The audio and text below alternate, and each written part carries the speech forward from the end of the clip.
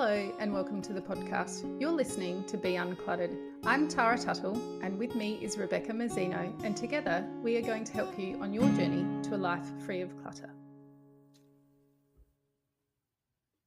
Hello and welcome to this week's episode. This week we have a guest, and for once it's me interviewing the guest instead of Tara. I don't usually do this as much as she does.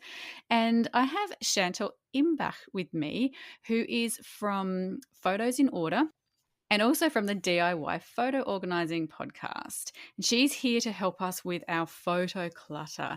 And what we're going to be talking about today is our physical photos. So we're going to probably have another episode with Chantal again, or with Fiona, her co-host, talking about digital photos, but we're going to be talking about our physical photos today. So anyone who's under 30, you might not have any of these floating around, but I'm sure that there are going to be plenty that are going to need this help. So Chantal, welcome. Hello. Thanks so much for having me. No worries at all. Thank you. You're going to save us all. Can you just tell us a little bit about yourself and how you became a specialist photo organiser? Well, I started out as a home organiser at first, like 8 years back or something. It seems like ages ago. A billion years ago, yeah. I know what you mean. I know.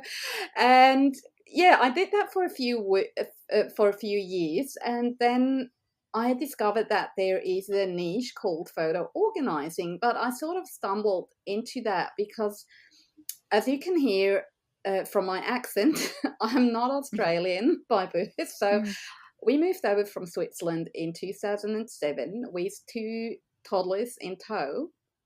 And I was always interested in photography and managed them well and all, and moving so far away from home and leaving all the family back home in Switzerland sort of made the photos even more important because they became a means to stay connected and to share all the exciting stuff that we went through. Yeah. So I got more interested in that, and then I started the organising business, and then also Black Saturday happened, which was really an eye-opener for us because in Switzerland you're not used to deal with natural disasters like that. And it was a shock, and we weren't affected in that way that we lost anything. We didn't. But the whole backing up thing became even more important, and then I signed up with the Association of Photo Organisers just to learn how to manage my own photos better. And sort of they pulled me in. And it just grew from there. It grew from there, and I let drop the home organising, and I only do the photos now, and I just love it. It was like, fell into that niche, and it's great. And now it's your thing. Yeah. For those that aren't in Australia, Black Saturday was a horrendous wildfire, bushfire event here in Australia, and it claimed, how many lives? I don't know, but too many. I can't remember, a few hundred, Yeah, it was really, really bad, and there were thousands of homes lost, and so that's pretty much what Chantal's talking about there, is people losing their things due to natural disasters like those fires. Yeah. So do you work mostly with digital, or do you also work with our physical photos as well? I do both. I sort of specialised in digital, but one often or usually actually doesn't come without the other one. Yeah, that's good. It's just, and we're still a generation that has both. It might change over time, but even then, you mentioned before, like if you under 30, you might not have that problem, but you actually might, because you might have inherited physical prints and true. What to do with these. So we still all have these things, and there's not just the photos. We've got old slides, we might have old movie reels that are lying around somewhere or that we inherit, and then we need to convert them to keep them, to save them. That's a good question about conversion. We'll get to that a little bit later. So if we if we sort of, I mean, I'm just sort of thinking from my experience. So the way that I have my photos in my house, and I'm a declutter coach more than organizer, but as someone in the industry, I really probably should have it all sorted out. and I don't have it too bad. I've got a storage place on a bookshelf in our office where I keep all our old albums with all of our printed stuff, all the sort of I think it was 2003, I got a digital camera. So pre-2003, all of that stuff is printed and in albums in the bottom of our bookcase in those big chunky photo albums. Yes. And then I have about 3 or 4 photo boxes, which are for the size of the 4x6s. Don't know what that would be in inches. Or it is inch. No, that is inch. That is 4x6 is inch. Yeah. So I've got 4x6, 3 or 4 photo boxes where I've got loose photos and they're organised by sort of decade. I guess. So they're pretty organised. I know where they are. And then I've got a big stash of all of my negatives as well in a box. They're just all shoved in. They're not sorted in any way at all. They're just it's like a shoebox method for me. And so that's my setup. And I would expect that would be pretty average setup. The only thing that I don't really have that my clients have is photos sort of stashed in odd places in an unorganized way. So I find a lot with my clients that they're particularly anxious about their photos because they find them all over the place. They'll find them in random tubs of memorabilia. They'll find them in bookshelves, in folders, in plastic sleeves, sort of scattered all over the place. So I guess that I think would be familiar to many people that are listening, and for you as well, having worked with people like that. It's very so difficult. How do we go about getting control of it? Right. So where do you even start? Exactly. That's what I'm asking. It's like, look, it's pretty much like with any organizing or decluttering project. You start with a vision. You need to stop for a moment and think about your goals. What do you want to achieve? Why do you want to do this? Because, look, it's not a project that is going to be done in a couple of hours on a rainy Sunday afternoon. That's not happening. Sorry. So there's no magic wand, unfortunately. So that it pays off to actually think about, what do I want to achieve? What is my goal? What do I want with my prints? Is one of my goals to scan them?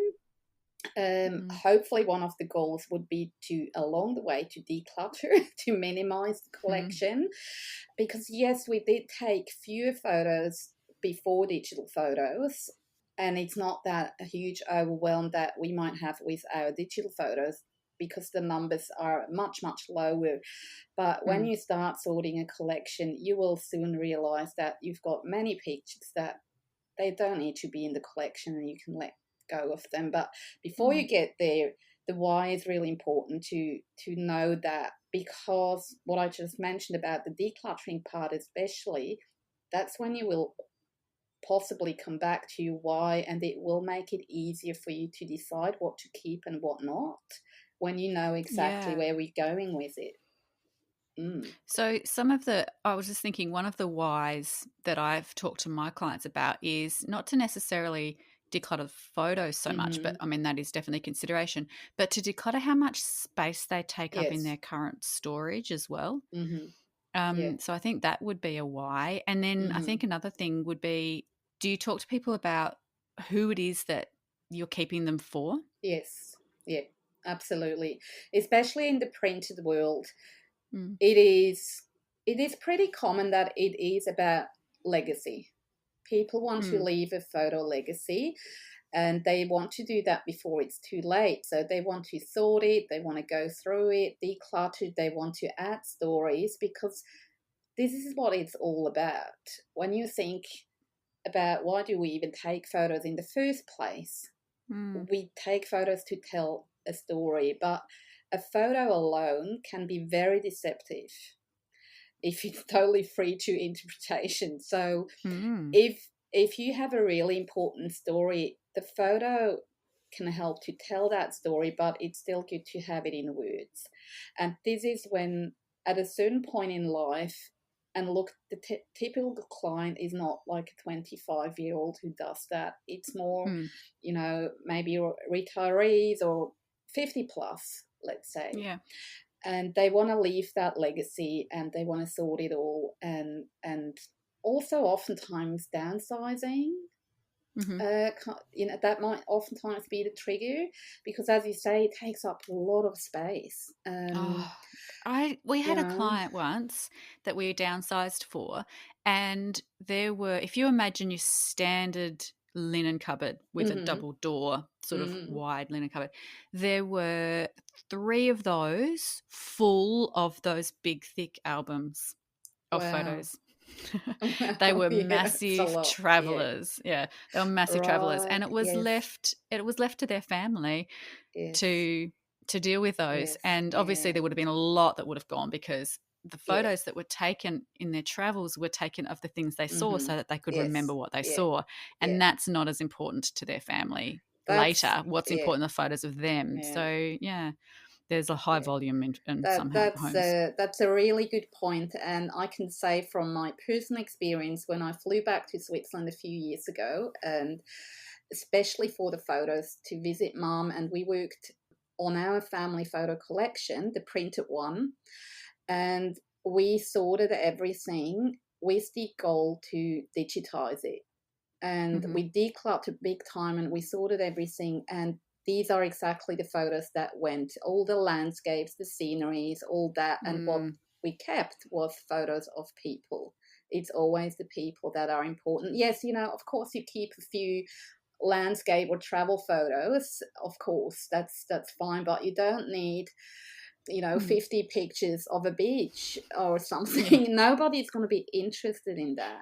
And they can Google it probably. Yes, that's it. If you were in Paris, and this is actually, again, from personal experience, and I also observe that with clients, once you've gone through that, you will change how you take pictures.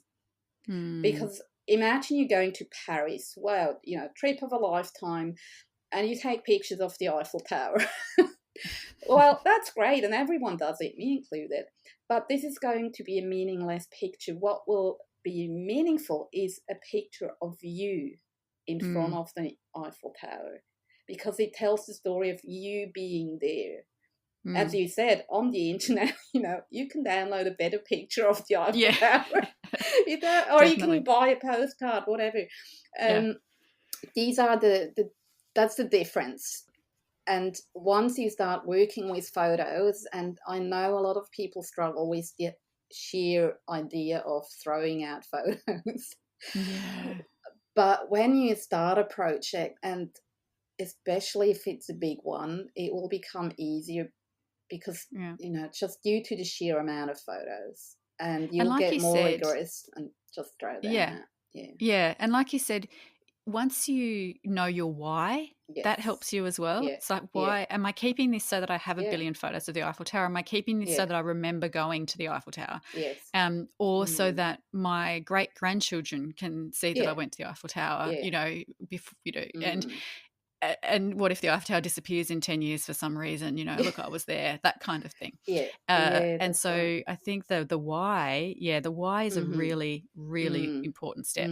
So after we've got our why, so we might have the aim to maybe reduce the volume or the space that our photos are taken. We might be wanting to digitize and then either store or cull the photos themselves.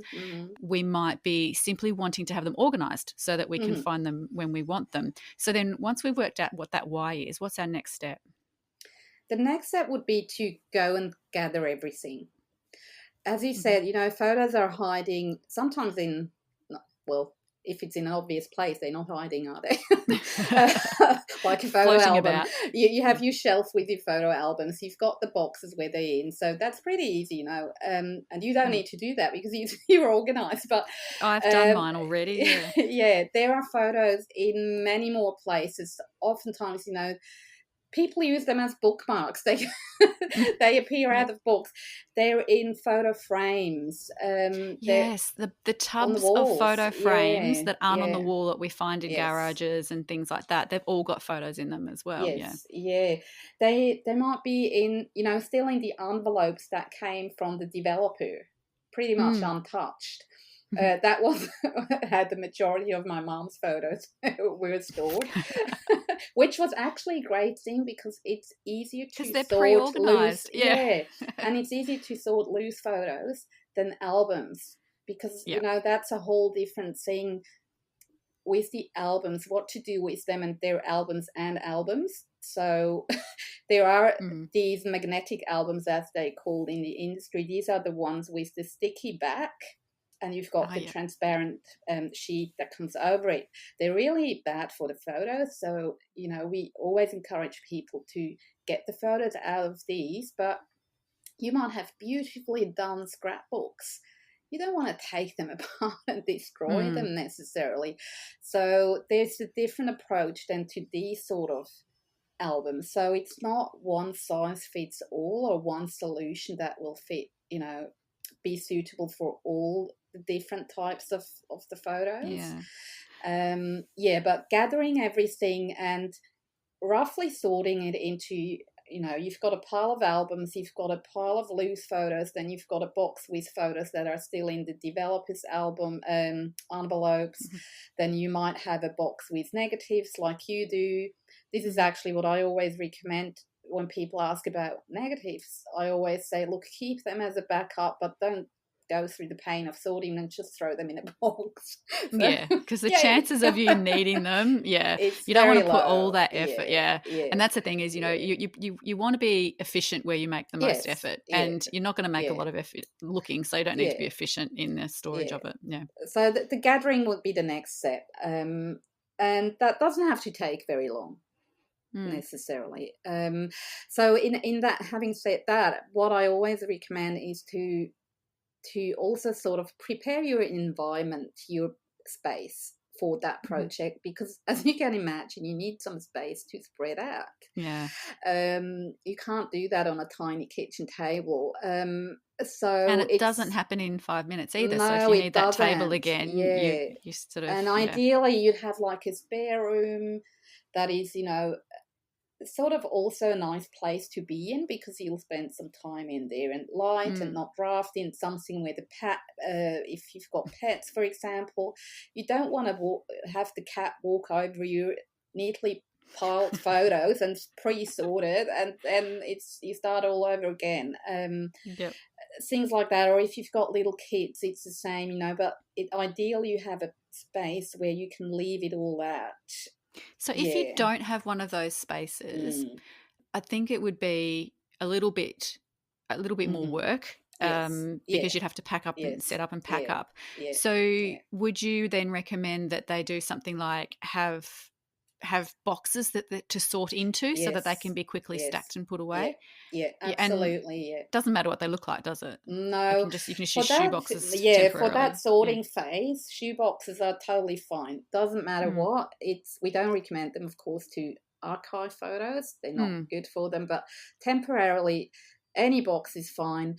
What works really well too for a lot of people, even though I'm not a fan of too much plastic, but Ziploc bags, they work fine too. But like you said, not long term, because they're not archive quality plastic.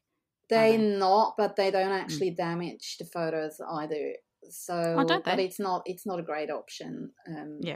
For long term, I wouldn't do that. But short term they can work well. So Totally. what are the most popular categories that people group their photos into? That's always a huge discussion. Basically, I see it as in two options plus a hybrid. Most people go for chronological sorting, because it sort of makes a lot of sense. Also, when you tell a story, oftentimes, most of the time, you do it chronologically.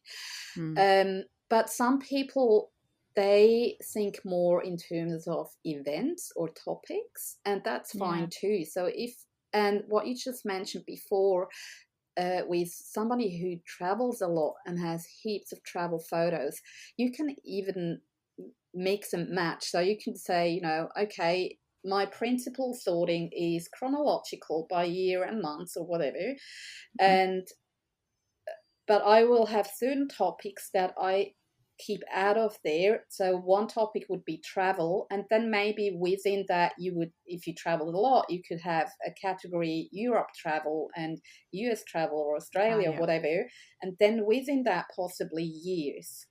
So you mix the chronological and the topical.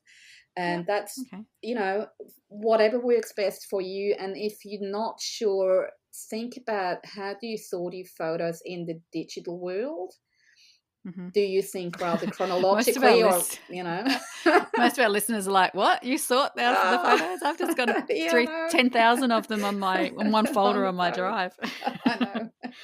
I've had the same discussion with my mum with her photos. It's like, I think very chronologically. And so I'm always, if I go looking for a photo, well, no, I'll clarify this because I actually have an exception, but I think that when I go looking for a photo, I'll go looking chronologically. Yes. But then, and this is where the importance of that other sorting method comes up, but then there are other times where I just need to find one photo. And this is where you're going to help me. I'm going to have lots of questions with the digital in our digital episode, Chantal, because my digital, I've got it organized, but not well enough. And so when I go looking for a photo, so if mum says to me, you know, where's that photo of you and Zoe and you're wearing that red top?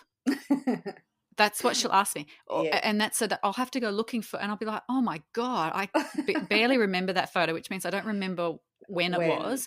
So if I don't remember when it was, I'm not going to remember where it is stored. So that kind of, and mum thinks in events and I think in time. And so when we're trying to work out photos, you know, together, it's a little bit tricky because, you know, she'll be like, you know, but I want to go looking for a photo of Karen. I want all my photos of Karen together. And so I'm like, but then you've got photos of Karen when she's 5 and then photos of Karen when she's 50.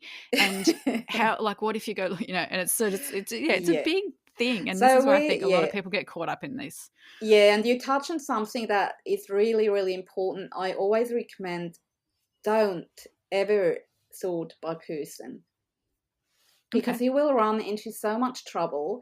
A person is not always alone on a photo.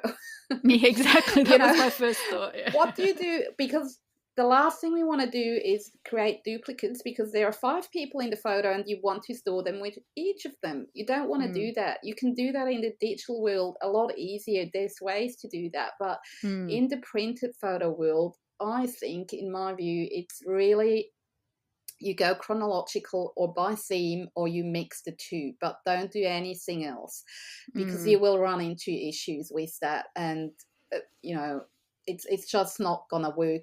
What you touched on that you think differently from compared to your mom, what can help there is something I call the timeline. So when we start a photo project, that's a good thing to have a list of, I've got templates for that, and you can create your own. It's really easy. So basically every year you can work, for example, in a quarter. So you've got a year and either you have a list with the months, and as you start sorting photos or, you know, anytime really something pops into your mind, oh, remember that trip there, you write it down in your list, in your timeline, and that way you sort of create like a reference file. Okay. And then you can go and like, oh, you know, when did I go to that trip? Or, you know, when did so-and-so come for Christmas and visit us? If you've got that in your list, and this is a document that grows over time or as you do these things. And this can work, that helps for digital and printed photos. I've got a simple worksheet for my personal collection where I have noted all my trips, and if I'm not sure, I can go back to that sheet and check, oh yeah, that's when I was in, you know, southern England for 3 weeks or something. That's where the photo belongs to, and then it's easy to date the photo. That's such a good idea. That helps a lot, a timeline. Yeah. Oh, okay. Do you hear that, Mum? We're going to do a timeline for you. She's listening going, okay, we'll do that. Whenever I can get to see her again. She's in Victoria, so I haven't seen her since February. Oh, dear. Yeah. So yeah, we'll do a timeline, Mum, and we'll Yeah. get those photos sorted.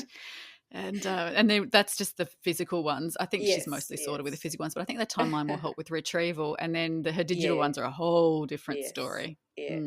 Yeah. But we'll get to that too, Mum. I'm going to have Chantel back, so you're sorted. Don't worry, we'll get there. So that's what about storage?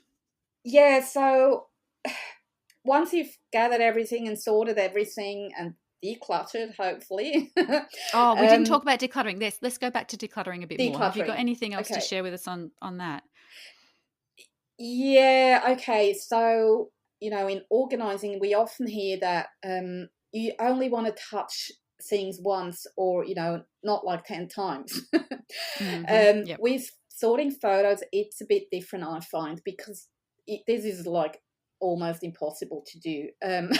So once you've gathered everything, and you've decided, let's say you go chronological, then you do a quick first sort. So you take that envelope, you open it, that was 88.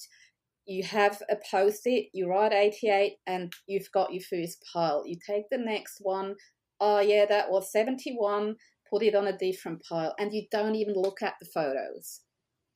Okay. If you're not sure, it goes in a box unsure, and you can deal with that later. And this is quite a quick sort, actually. And then you've got your pile from, 85, and then you do the fine sorting. That's when you sit down, and when you open that envelope or take that pile of photos and go through them and throw out what you don't want to keep. Yeah. And what I always recommend, you don't want to write the same thing on 20 photos, like Christmas 85. Who's got time to do that? So take index cards and write the information there and say Christmas 85. And if there's a little, story or something that comes to mind, write it on that index card as well. Have that on top and the photos behind it. And then you take the next envelope and that was, winter holiday that same year. And you do the same thing. You do the index card and you say, okay, July was before December, and you sort them already in a chronological order within the year. And you might have some, just some miscellaneous snapshots. So you call that, miscellaneous or whatever. And like a random shot of the backyard like that you don't know. Yeah. And you work through that pile for pile, and then at the end you deal with the uncertain ones. And because you've done everything else, it will become a lot easier and say, okay, that cool hairstyle, in the 80s.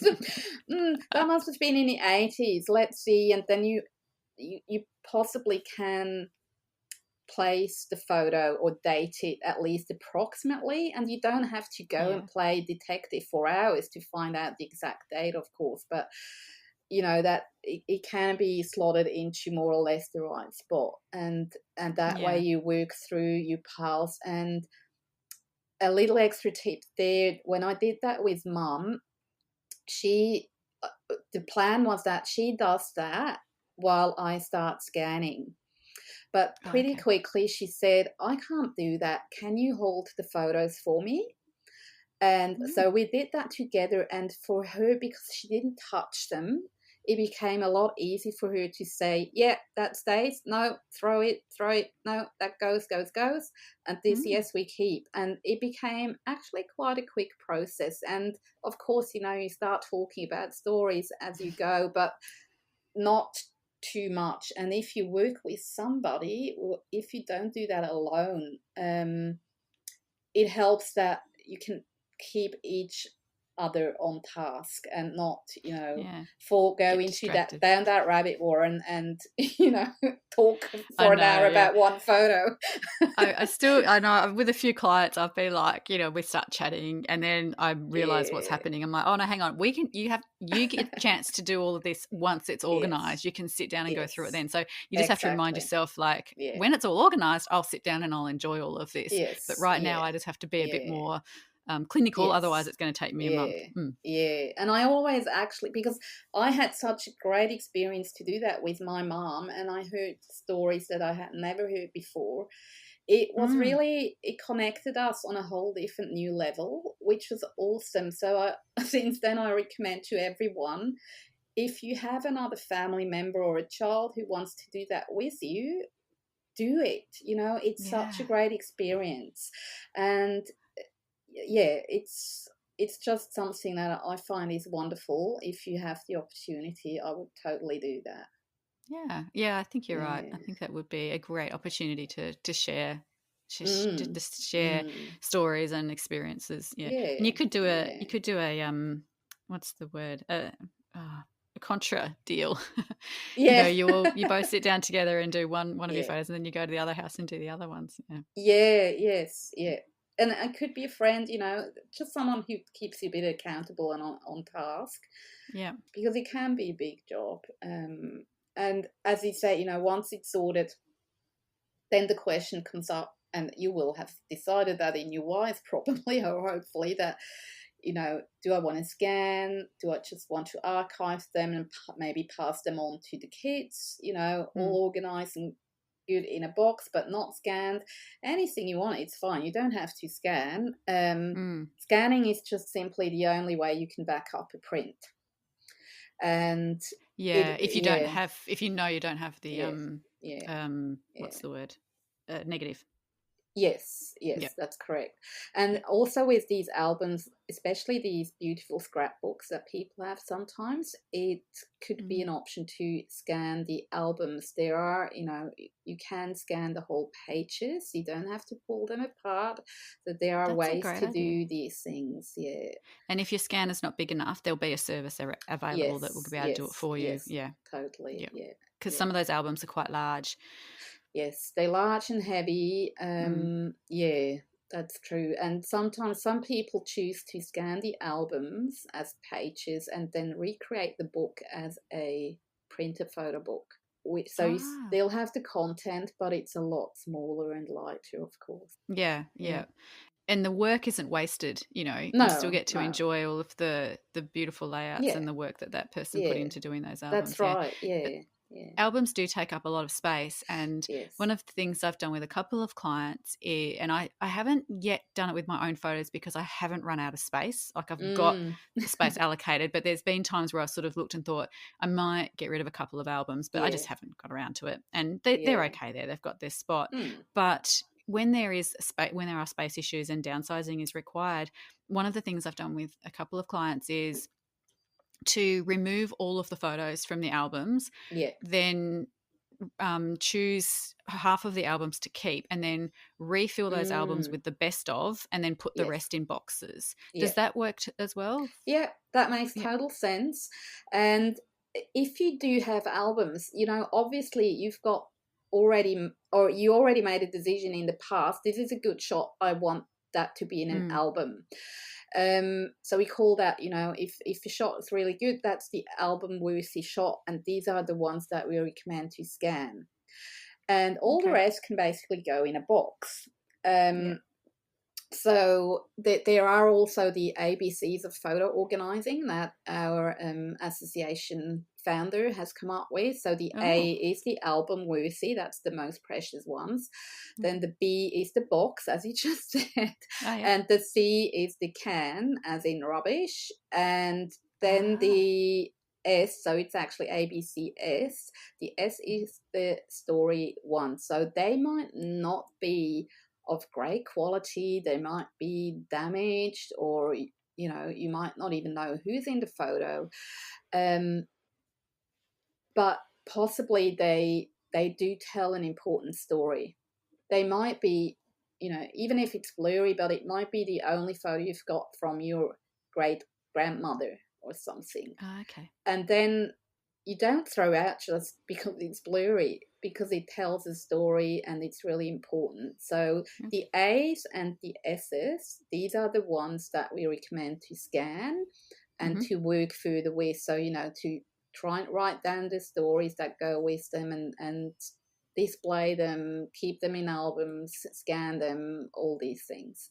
These are the Yeah. most important ones. And especially if you're talking about creating a legacy collection, that comes into play. And that's what happens when you sort them. You and having that goal in mind, Yeah.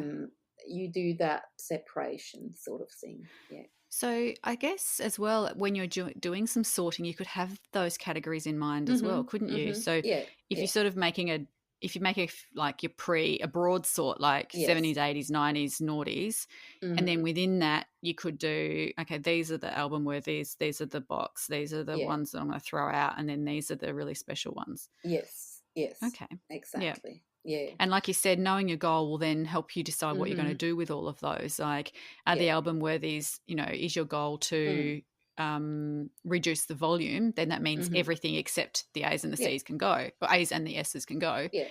But if you just want them organized, then you'll keep all except the C's. Yeah, exactly. But you just decide where they go. Okay, that's really helpful. I like that. That's a useful acronym. Yeah. It is, yeah. And once you have sorted them, and as you mentioned before, how do you store them? Obviously, as we said, not in shoe boxes. It's not a great idea because the chemicals in the cardboard can damage the photos over time.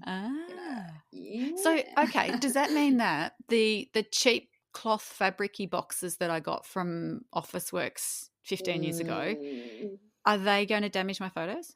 Can you see me cringe? Yeah. Oh, No. I can hear you cringing. All right. No. So that needs to be on my radar then. I need to get some archive-worthy boxes. Okay. Exactly. That you say the word archival quality boxes. That's what we want. And it can be cardboard or it can be plastic. If it's 100% polypropylene, it is photo safe. You can store it in that. And in Australia, we've got a couple of really, really good companies that actually supply museums with storage boxes in all sizes and forms and whatnot. And they're really, really good to store the photos. That's what I use most of the time. And also, I like to use local. So, and they're safe and they can stay there. And, obviously also, one is to keep them in an archival quality box or container, but the other one is also the garage or the attic or the basement, things like that. This is not the place where you need to store your photos, even if they are in an archival quality box. It's not going to be good for them. So they should be in a dry, darkish place. Oftentimes it's sort of like in the middle of the house, maybe in a cupboard. Not in a bathroom where it gets damp, and I have a lot of people living in Queensland that I've talked to. They have that issue with dampness. It's always humid up there, and it is a problem for photos. Yeah. So you can get these. You can add a few of these silica gel sachets to make sure that everything stays dry. Okay. And if you don't want to buy them, you can just collect them when you buy your shoes. Yes. Just keep the ones that come in your shoe boxes. You get a couple of them when you buy shoes. Yeah, they're everywhere. I saved them for a while, but then I live in Adelaide, so there could not be a drier place for me to keep my photos. We have it's pretty dry here. We're the driest state and the driest continent on the planet, so. Yeah. So I don't have a problem with damp here at this house. But many of our listeners will definitely have damp that they need to deal with, that's for sure. Yeah, and so you're right, the archival boxes, they don't damage the photos, but if they're put in an environment that will damage the photos, they're not going to protect them from pests, they're not going to protect them from heat, a 40-degree day here in Adelaide, which, for you Americans, that's like over 100, if you've got them in the shed up high next to the tin roof, then they're going to be damaged, aren't they? Yeah, that's not a great idea. No, that's not going to be good for them. It's not like, we can't expect from people like you and I that we've got a room in our house that we've got on perfect temperature and whatnot, like a museum. But somewhere I'm sure you've got a cupboard where you can where you can keep it and where temperature doesn't fluctuate too much despite the hot days and whatnot. You got to stay real too, but just do the best you can and being aware of these things and don't store them under the house. Here in Australia, we don't have the basement so often, but we've got under the house, and Yeah, that's not great. Yeah. The weather's going to get them, or the Yeah. pests. And rats will eat through anything. Yeah, and look, it was really amazing. In my own case with the family photos, in the end we had almost exactly 4,000 photos and a few documents that we scanned, and the rest we threw out. Wow. And it went back to, the oldest photo was from 1900. And now these 4,000 original photos, they sit in the archival boxes. They've got the size of a shoebox, more or less. Mm-hmm. So they at my mum's in a cupboard, and that's all that's left. 4 shoeboxes. Wow. For 100 years, basically. And it doesn't take up a lot of space. And even if you've downsized and you need to free up space, it's not going to take up that much if you sorted everything into these boxes. 4 shoe boxes worth isn't taking up a great deal of space, No. considering, that, like, I've got one whole bookshelf full of albums. So, and if I, reduce those down to boxes, it would take up hardly any space at all. So, and it's I just want to be clear that I'm not saying you should take apart all the albums and get rid of them, because there is also an aspect that if the photos are archived in these boxes, chances are that you're never going to look at them again. Yes. So if they're in albums, we actually look at them, hopefully, or at least from time to time. So, it's weighing up. And again, it goes back to the why. Yes, now we've scanned the 4,000 photos, and that's not the end of it. They now flow, of course, into the digital world, and we are doing photo books from these. So, but it will not take up that much space. So these are things to consider as well, and to think about maybe. Yeah. I look forward to having a chat about digital photos, because that's just a whole, there's a lot of stress for people around digital photos. And it's interesting because technically they don't take up a lot of space from a physical perspective. But over the years, I've found that they take up a surprising amount of mental space. Mm-hmm. They do, and that's something that we really need to consider as well. So we'll do another episode soon on that one, Chantal. I think you and I will get together again, because, and I think I said to you when we were chatting about doing this episode, we might even need 3 or so episodes on digital photos. But that's okay. But if anyone's interested in listening to more of Chantal before we get her back on again, check out the DIY Photo Organising podcast, and we'll do a link to that in the show notes, because you'll find some gems in there about all sorts of stuff regarding photo organising. And also, Chantal can be found at photosinorder.com.au, and you're also on Instagram and Facebook as well, aren't you, Chantal? That's right, yes. Under Photos in Order everywhere. Okay, so the tag's the same. Cool. It's the same tag everywhere. Okay. Well, thank you so much. There are other questions, and so we'll probably definitely have to tackle another episode, but we've talked enough today. So thank you so much for sharing all that information. I did regard myself as relatively organised with my photos, but I have now given myself a few jobs to do after this, and so I'm sure that our listeners will as well, because everyone's going to be going, I'm a little bit less scared of doing my photos now. So that's, I think, is a great thing. So thank you very much. Thank you. What we'll also do is we will invite Chantal to join our Facebook community group. So if anyone's got any questions, maybe I can talk her into coming into the group and answering some questions as well. So join our Facebook community group and have a chat about photo organising. Let us know what you're scared of. Let us know what you've managed to be winning in, and we will see you next week. Thanks for joining us. We'd love it if you'd leave a review or tell all your friends about us so they too can be uncluttered. If you'd like to connect with us, you can find us at beuncluttered.com.au or on social media, or on our own websites at clearspace.net.au and basklifecoaching.com.